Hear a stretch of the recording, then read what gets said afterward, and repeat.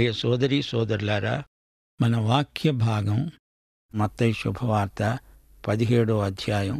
జాగ్రత్తగా వినండి.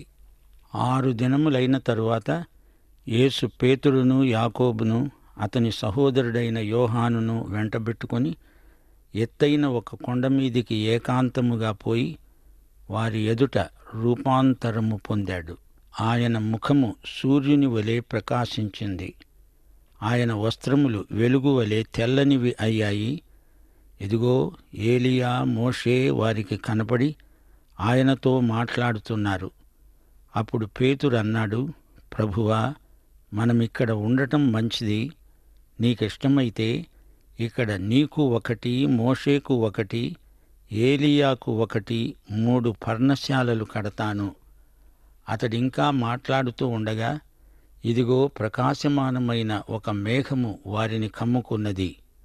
ఇదిగో, ఈయన నా ప్రియ కుమారుడు, ఈయన యందు నేను ఆనందిస్తున్నాను, ఈయన మాట వినండి అని ఒక శబ్దము ఆ మేఘములో నుండి పుట్టింది.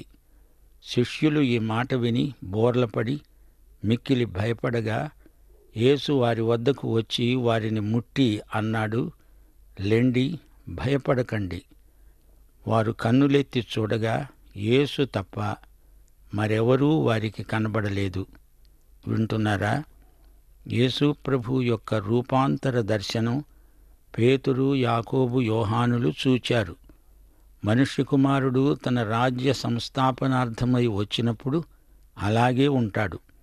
ఈ అనుభవాన్ని గురించే పేతురు తన 2వ పత్రికలో 1వ అధ్యాయం 16 నుండి 18వ వచనం వరకు అన్నాడు, చమత్కారముగా కల్పించిన కథలను అనుసరించి మన ప్రభువైన యేసుక్రీస్తు యొక్క శక్తిని, ఆయన రాకడను మేము మీకు తెలుపలేదు కాని ఆయన మాహాత్మ్యమును మేము కన్నులార చూచిన వారమై తెలిపాము. ఈయన నా ప్రియకుమారుడు, ఈయన యందు నేను ఆనందిస్తున్నాను అనే శబ్దము మహాదివ్య మహిమ నుండి ఆయన వద్దకు వచ్చినప్పుడు తండ్రి అయిన దేవుని వలన ఘనత, మహిమ ఆయన పొందగా మేము ఆ పరిశుద్ధ పర్వతము మీద ఆయనతో కూడా ఉండిన వారమై ఆ శబ్దము ఆకాశము నుండి రాగా విన్నాము. యేసు రూపాంతరం ఆయన మహిమాస్వరూపం. ఆయన వచ్చి రాజ్యం స్థాపించినప్పుడు అచ్చం అలాగే ఉంటాడు. గత అధ్యాయం ముగింపులో ప్రభు అన్నాడు, ఇక్కడ నిలిచి ఉన్న వారిలో కొందరు మనుష్య కుమారుడు తన రాజ్యముతో రావడము చూచే వరకు మరణము రుచి చూడరు. ఆ మాట ఇదిగో ఇప్పుడు నెరవేరింది. యేసు మహిమ దర్శనాన్ని పేతురు, యాకోబు, యోహాను చూచారు. రూపాంతర సన్నివేశం ఆయన స్థాపించబోయే రాజ్యానికి శాంపుల్. రూపాంతర దర్శనం యేసు మానవతనే చూపుతోంది. 3 సువార్తల్లో యేసు మానవత అభివర్ణించబడింది. యోహాను సువార్తలో యేసు దేవత్వం ఉంది. అందుకే యోహాను సువార్తలో యేసు రూపాంతర దర్శనం రాయబడి ఉండలేదు. యేసు రూపాంతరం మానవతకు గొప్ప నిరీక్షణ. నీవు దేవుని బిడ్డవైతే నీకు యేసు రూపాంతర మహిమ శరీరం అలాగే ప్రాప్తిస్తుంది. మానవతామహితమైన దర్శనమిది. విశ్వాసి అయిన ప్రతి వ్యక్తి ఒకానొక రోజు ఆయనలాగే ఉంటాడనే నిరీక్షణ మనకు ఈ సన్నివేశంలో కనిపిస్తోంది. యేసు తాను మరణించి తిరిగి లేవకముందే ఈ దర్శనం మనకు చూపించాడు. లూకా యేసు మానవతను వర్ణించిన సువార్తికుడు. రూపాంతర సన్నివేశమందలి వివరాలు మరికొన్ని మనకు తెలియచేశాడు. ఆయన ముఖం సూర్యుని వలె ప్రకాశించింది. ఆయనలో నుండి వెలువడిన ప్రకాశమది. ఆదాము హవ్వలు పాపంలో పడకముందు వారికి ఇలాంటి మహిమ వస్త్రాలే ఉన్నాయి. పాపం చేసినప్పుడు వారి దిగంబరత్వం బయటపడింది. యేసు మానవత రూపాంతరపు కొండ మీద మహిమాన్వితమై కనిపించింది. యేసు సమగ్ర సంపూర్ణ మానవత ఇందులో మనకు కనిపిస్తోంది. 1 యోహాను 3వ అధ్యాయం 2వ వచనం, ప్రియులారా, ఇప్పుడు మనము దేవుని పిల్లలమై ఉన్నాము. మనమిక ఏమవుతామో అది ఇంక ప్రత్యక్షపరచబడలేదు గాని ఆయన ప్రత్యక్షమైనప్పుడు ఆయన ఉన్నట్టుగానే ఆయనను చూస్తాము గనుక ఆయనను పోలి ఉంటామని ఎరుగుదుము. రూపాంతరము యేసు యొక్క మహిమ సంయోగక్రియ. మానవ శరీరం మహిమ శరీరముగా మారటం, అదే రూపాంతరం. మరో రూపం, మన మట్టి శరీరం రేపు మహిమ శరీరానికి మారుతుంది. ఇది మన శుభప్రద నిరీక్షణ. మోషే ధర్మశాస్త్రానికి ప్రతినిధి, ఏలియా ప్రవక్తలందరికీ ప్రాతినిధ్యం వహిస్తున్నాడు. వీరిద్దరూ యేసుతో రూపాంతర పరిశుద్ధ శిఖరముపై కనిపించారు. మోషే చనిపోయి సమాధి చేయబడ్డాడు గాని ఏలియా అగ్నిరథంలో బొందితో పరలోకానికి వెళ్ళాడు. వారు యేసుక్రీస్తు యొక్క మహానిర్గమనాన్ని గురించి చర్చించుకుంటున్నారు. ధర్మశాస్త్రము, ప్రవక్తలు యేసు మరణానికి సాక్షులు. పేతురు ఏమి చెబుతున్నాడో అతనికే తెలియదు. ప్రభువు మనమిక్కడ ఉండిపోతే బాగుంటుంది. మీ ముగ్గురికి, అనగా నీకు, మోషేకు, ఏలీయాకు 3 పర్ణశాలలు కట్టిస్తాను. పేతురు గొప్ప ఇంజనీరులాగా మాట్లాడుతున్నాడు. యేసును ఏలీయాతో, మోషేతో సమానం చేస్తాడా? అది అపచారం. మానవునికి దేవుడిచ్చిన తుది ప్రత్యక్షం యేసే. ఈ దినముల అంతమందు తన కుమారుని ద్వారా మనతో మాట్లాడతాడు. దేవుడన్నాడు, ఈ యేసే నా ప్రియకుమారుడు, ఈయన యందు నేను ఆనందిస్తున్నాను. ఈయన మాట మీరు వినాలి. మనం ప్రియుడైన క్రీస్తునందే అంగీకరించబడ్డాము. వారు కన్నులెత్తి చూడగా యేసు తప్ప మరెవరూ వారికి కనబడలేదు. చివరికి యేసు మాత్రమే. అందరూ పోతారు, అన్నీ పోతాయి. యేసే చివరికి ఉండేది. ఆయనే నిత్యుడు, శాశ్వతుడు. మత్తయి సువార్త 17వ అధ్యాయం 9 నుండి 13వ వచనం వరకు. వారు కొండ దిగి వస్తూ ఉండగా యేసు వారికి ఆజ్ఞాపిస్తూ అన్నాడు, మనుష్య కుమారుడు మృతులలో నుండి లేచే వరకు ఈ దర్శనము మీరు ఎవరికీ చెప్పకండి. అప్పుడు ఆయన శిష్యులు అడిగారు, ఇలాగైతే ఏలియా ముందుగా రావాలని శాస్త్రులు ఎందుకు చెబుతున్నారు? అందుకాయన అన్నాడు, ఏలియా వచ్చి సమస్తమును చక్కబెడతాడు అనే మాట నిజమే.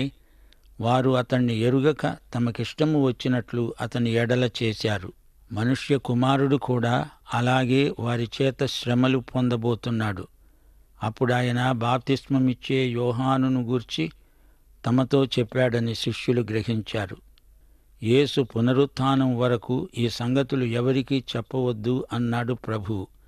యేసు మరణ పునరుత్థానములు ఈ రెండూ కలిసి సంపూర్ణ సువార్త అవుతుంది. యేసు శిలువ మీద బలియాగమైన దేవుని గొర్రెపిల్ల. యేసు మానవత సంపూర్ణమైనది. ఆయన రూపాంతరము పొందాడు. ఆయనే మానవతకు నిరీక్షణ. పదార్థ విజ్ఞాన శాస్త్రం మనిషిని రక్షించగలదా, విమోచించగలదా? యేసునందే మానవతకు ముక్తి. మరో మార్గం లేదు. ఏలియాను గురించిన మలాకీ ప్రవచనాన్ని ప్రభువు పునరుద్ఘాటించాడు. ఇంతకు బాప్తిస్మమిచ్చిన యోహాను ఎవరు? ఇతడే ఏలియానా? మత్తయి సువార్త 11వ అధ్యాయంలో ప్రభువు ఇదే మాట అన్నాడు.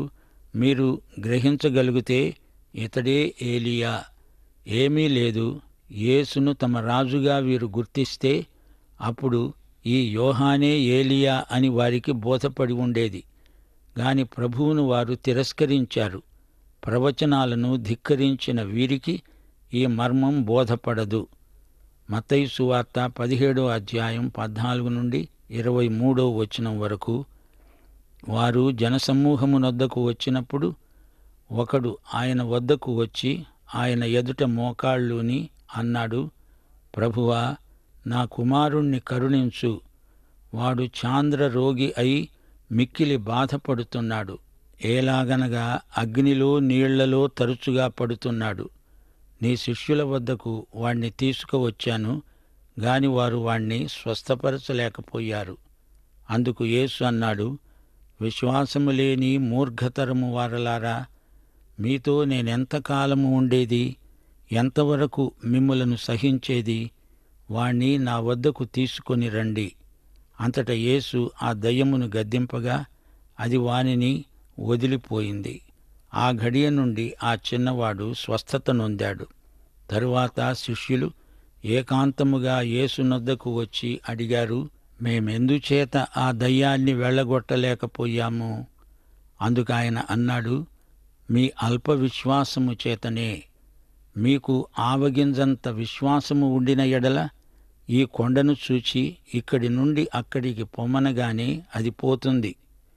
మీకు అసాధ్యమైనది ఏదీ ఉండదని నిశ్చయముగా మీతో చెబుతున్నాను. వింటున్నారా? రూపాంతరపు కొండ మీద ప్రభువుతో లేని శిష్యులు గొప్ప సమస్యను ఎదుర్కోవలసి వచ్చింది. దయ్యాలు లోకంలో బరితెగి తిరుగుతున్నాయి, గాని సంఘం ఈ దయ్యాలను వెళ్ళగొట్టలేకపోతోంది. ఈ లోకం విశ్వాసహీనమైన మూర్ఘతరం. యేసు శిష్యులకు, సంఘానికి ఈ లోకపు దయ్యాలు అలవి కావటం లేదు. యేసే మనకు పరమవైద్యుడు. మన విద్య, మన జ్ఞానం చాలదు.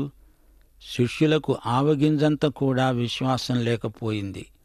ఆవగింజ చిన్నదే కాని దానిలో జీవముంది గనుక అది కొండను సైతం కదిలించగలదు. సజీవ విశ్వాసానికి సమస్తము సాధ్యమే. ప్రభువు తన శిష్యులను వారి అల్ప విశ్వాసాన్ని బట్టి గద్దించాడు. తరువాత ఆయన దయ్యాన్ని గద్దించాడు. ఆ వ్యక్తిని పట్టినది మొండి దయ్యం. శిష్యులకు దాన్ని వెళ్ళగొట్టడానికి చాలినంత విశ్వాసం లేదు. ప్రభువు గద్దించగానే దయ్యం ఆ వ్యక్తిని విడిచిపోయింది. ఇలాంటి మొండి దయ్యాలు ప్రార్థన వల్ల, ఉపవాసం వల్ల, సజీవ విశ్వాసం వల్ల మాత్రమే వదిలిపోతాయి అని ప్రభువు ఖండితంగా చెప్పాడు. మత్తయి సువార్త 17వ అధ్యాయం 22, 23 వచనాలు. వారు గలిలయలో సంచరిస్తూ ఉండగా యేసు వారితో అన్నాడు, మనుష్య కుమారుడు మనుష్యుల చేతికి అప్పగించబడబోతున్నాడు. వారాయనను చంపుతారు. 3వ దినమున ఆయన లేస్తాడు. ఇది విని వారు బహుగా దుఃఖపడ్డారు. 3వసారి యేసు ప్రభువు తన మరణ పునరుత్థానాలను గురించి ప్రకటించాడు. మొదటిసారి కైసరయ్య ఫిలిప్పిలో, ఇప్పుడిది 3వసారి. యేసు మరణ పునరుత్థానాలు లేనిదే సువార్తే లేదు. శిష్యులకు ఈ వార్త దుఃఖం కలిగించింది. మత్తయి సువార్త 17వ అధ్యాయం 24 నుండి 27 వరకు. వారు కపెర్నహూముకు వచ్చినప్పుడు అరషెకెలు అనే పన్ను వసూలు చేసేవారు పేతురు నొద్దకు వచ్చి, మీ బోధకుడు ఈ అరషెకెలు చెల్లించడా అని అడుగగా, చెల్లిస్తాడు అన్నాడు. అతడు ఇంటిలోకి వచ్చి మాట్లాడక మునిపే యేసు ఆ సంగతి ఎత్తి అన్నాడు, సీమోనా, నీకేమి తోస్తున్నది? భూరాజులు సుంకమును పన్నును ఎవరి వద్ద వసూలు చేస్తారు? కుమారుల వద్దనా, అన్యుల వద్దనా? అతడన్నాడు, అన్యుల వద్దనే. యేసు అన్నాడు, అలాగైతే కుమారులు స్వతంత్రులే. అయినా మనము వారికి అభ్యంతరము కలుగజేయకుండునట్లు నీవు సముద్రమునకు పోయి గాలము వేసి మొదట పైకి వచ్చే చేపను పట్టుకొని దాని నోరు తెరచిన ఎడల 1 షెకెలు దొరుకుతుంది. దానిని తీసుకొని నా కొరకు నీ కొరకు వారికి ఇవ్వు. గ్రహించండి, అరషెకెలు అనేది దేవాలయపు పన్ను. ఈ పన్ను ద్వారా సేకరించిన డబ్బును దేవాలయం మరమ్మతు ఖర్చుల కోసం వినియోగిస్తారు. యేసు ప్రభువు దేవుని కుమారుడు గదా. రాజగృహమునకు చెందిన రాకుమారుడు పన్ను చెల్లించనక్కర్లేదు. దేవాలయమా? మరి ఈయన ఆ దేవుని కుమారుడు. ఈయన పన్ను కట్టాల్సిన అవసరమే లేదు. ఆదాము కోల్పోయిందంతా యేసు తిరిగి సంపాదించాడు. ఈయన కడపటి ఆదాము. సమస్త ప్రాణులు యేసుకు లోబడతాయి. చేపను ఆజ్ఞాపించాడు. ఆ చేప నోట్లో డబ్బుంది, తీసుకొని పన్ను చెల్లించు అన్నాడు ప్రభువు. మొదటి ఆదాముకు కూడా ఇట్టి అధికారమే ఉంది గాని ఆదాము పాపము చేసి తన అధికారాన్ని కాస్త పోగొట్టుకున్నాడు. ఆదికాండం 1వ అధ్యాయం 26వ వచనం ఏమంటోంది? దేవుడన్నాడు, మన స్వరూపమందు మన పోలిక చొప్పున నరులను చేతాము. వారు సముద్రపు చేపలను, ఆకాశ పక్షులను, పశువులను, సమస్త భూమిని, భూమి మీద ప్రాకే ప్రతి జంతువును ఏలుదురుగాక. వింటున్నారా? రూపాంతరమందు మానవుడు తాను కోల్పోయిన స్థితిని క్రీస్తునందు ఎలా తిరిగి పొందాడో తేటగా కనపడుతోంది. అరశేకెలు పన్ను సంఘటనలో మానవుడు తిరిగి సృష్టిపై అధికారాన్ని క్రీస్తునందు పొందుతాడని మనకు చూపబడింది. ప్రియ విశ్వాసీ, మత్తయి సువార్త 17వ అధ్యాయంలోని ఈ సంఘటనలన్నిటిలో సువార్త పరిమాణం అంతర్లీనమై ఉంది. యేసు రాజు, ఆయనే ప్రభువు, ఆయన మాట మీరు వినాలి అని తండ్రి ఖండితంగా పరలోకము నుండి ప్రకటన చేశాడు. రాబోయే రాజ్యాన్ని గురించిన ప్రకటన ఇది. మనుష్య కుమారుడు తన తండ్రి మహిమగలవాడై తిరిగి రాబోతున్నాడు. మనుష్య కుమారుడు వస్తాడు. ఆ సన్నివేశాన్ని దేవుడు యేసు రూపాంతరంలో మనకు ముందుగా చూపించాడు. యేసుక్రీస్తు సజీవ దేవుని కుమారుడు. మోషే, ప్రవక్తలు దీనికి సాక్షులు. ఏలియా ప్రవక్తలకు ప్రతినిధి. దేవుని వాక్యము ఎన్నటికీ మారదు అని పేతురు సాక్ష్యం.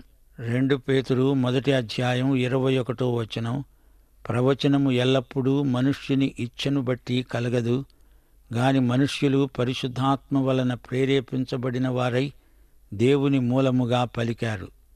ధర్మశాస్త్రము అనగా మోషే, ప్రవక్తలు అనగా ఏలియా, వీరిద్దరూ క్రీస్తు వైపునకే చూపారు. దర్శనాలు ఎన్ని చూచినా అవి కాలదోషం పట్టవచ్చు గాని వాక్య దర్శనం ఎన్నటికీ చెక్కు చెదరదు. ఈయనే, ఈ యేసే దేవుని ప్రియకుమారుడు. ఈయన మాటే మనమంతా వినాలి. ఈయననే నమ్ముకోవాలి. మత్తయి సువార్త 17వ అధ్యాయం 19-20 వచనాలు. యేసు తన శిష్యులకు దయ్యాలను వెళ్ళగొట్టడానికి అధికారమిచ్చాడు. అయితే వారి అల్పవిశ్వాసం వలన అది చెయ్యలేకపోయారు. అల్పవిశ్వాసం వారి అధికారాన్ని, సామర్థ్యాన్ని హరించివేసింది. కొండ శిఖరం మీద మహిమానుభూతి ఉంది గాని అక్కడనే ఉండిపోము గదా. లోయలోకి దిగి సేవ చెయ్యాలి. అధిక విశ్వాసం కావాలి. మత్తయి సువార్త 17వ అధ్యాయం 27వ వచనం. రాజుకు విధేయులు కండి, నా కోసం నీ కోసం పన్ను చెల్లించు అని ప్రభువు పేతురుకు చెప్పాడు కదా.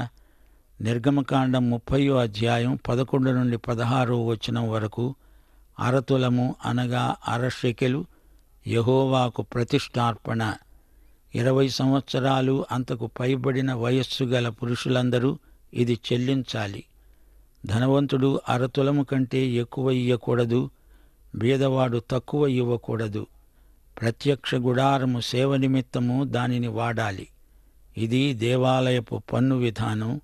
యేసే రాజు. ఆయన చేపను శాసించాడు, చేప నోటిలో నాణెమును శాసించాడు. ఆర్థిక రంగమంతా రాజు చేతిలో ఉంటుంది. సమస్తమునకు ఆయన ఏలిక. అయితే ఆయన సేవకుడై పన్ను చెల్లించాడు. నీతి యావత్తు ఆయన నెరవేర్చాడు. మనము పౌర విధులకు అభ్యంతరము కలుగచేయకూడదు అన్నాడు ప్రభువు. కైసరుది కైసరుకు, దేవునిది దేవునికి. పరలోకమందున్న తండ్రి నాటని ప్రతి మొక్క పెళ్లగించబడుతుంది. మన హక్కులను మనం వదులుకుంటే దేవుని సత్యానికి అభ్యంతరం కలగకుండా ఆ పని చెయ్యాలి. యేసు రాజు మాట వినాలి. యేసును నమ్ముకోవాలి. యేసుకు విధేయత చూపాలి అనే ఈ 3 ఆజ్ఞలు మత్తయి సువార్త 17వ అధ్యాయంలో వినిపిస్తున్నాయి. దేవునికి స్తోత్రం. యేసు దేవుడై ప్రభువై ఉండి పన్ను చెల్లించాడు. యేసు ఆయన శిష్యులు పన్ను కట్టనక్కర్లేదు. రాజు, రాజకుటుంబీకులు పన్ను చెల్లించరు. గాని ప్రభువు పేతురుతో అన్నాడు, నీకు నాకు పన్ను చెల్లించు. దేవుని బిడ్డలు పరలోక పౌరులే కాదు, వీరు రాజులు. అయినా ఈ లోకములో ఉన్నప్పుడు రాజశాసనాలను మన్నించాలి, తిరుగుబాటు చేయకూడదు. యేసు మరణము, పునరుత్థానము ప్రవచనములన్నిటి నెరవేర్పు. మనం ఇహలోక ప్రభుత్వంలో మంచిని పెంచాలి, ప్రజోపయోగకరమైన ఉద్యమాలతో సహకరించాలి. ఈ అధ్యాయంలో ప్రభు విశ్వాసాన్ని గురించి గొప్ప హితోపదేశం చేశాడు. ప్రజలలో విశ్వాసం లేదు. తన శిష్యులది అల్పవిశ్వాసం. దయ్యం పట్టిన పిల్లవాణ్ణి తన శిష్యులు కూడా బాగు చేయలేకపోయారు. వారి అల్పవిశ్వాసానికి ప్రభువు ఎంతో ఆశాభంగం చెందాడు. యేసు ఒక్క మాటతో ఆ పిల్లవానిలోని దయ్యాన్ని వెళ్ళగొట్టాడు. తన శిష్యులకు అల్ప విశ్వాసం ఉంటే రోమా శతాధిపతికి అధిక విశ్వాసం ఉంది. సురోఫెనీకయ్య స్త్రీ అన్యురాలైనా ఆమెకు అధిక విశ్వాసముంది. ఆవగింజంత విశ్వాసమున్నా కొండను కదిలించగలరు గాని కొండంత విశ్వాసమున్నా ఆవగింజను కదిలించలేరు. ఎందుకనగా ఆవగింజలో జీవమున్నది, కాని కొండలో జీవం లేదు. యేసు శిష్యులు ఈ సంఘటనలో గొప్ప పాఠం నేర్చుకున్నారు. అల్ప విశ్వాసమంటే ప్రభువును కాదని తమకు తామే ఏదో చెయ్యాలి అనే అహంకారం. ప్రభువును సంప్రదించనిదే శిష్యులు ఏమీ చెయ్యలేరు, నాకు వేరై ఉండి మీరేమీ చెయ్యలేరు అని ప్రభువు చెప్పాడు.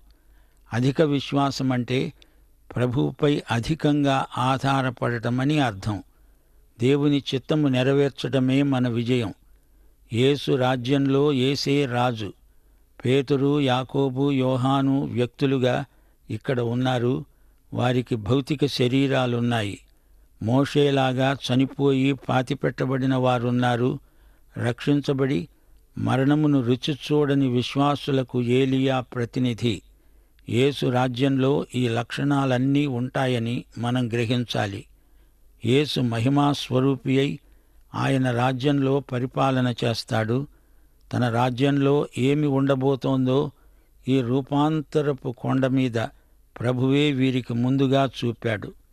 పాఠం ఇంతటితో సమాప్తం. మన ప్రభువు రక్షకుడు అయిన యేసుక్రీస్తు కృప, తండ్రి అయిన దేవుని ప్రేమ, పరిశుద్ధాత్మ అన్యోన్య సహవాసము మనకందరికీ తోడై ఉండునుగాక. ఆమేన్.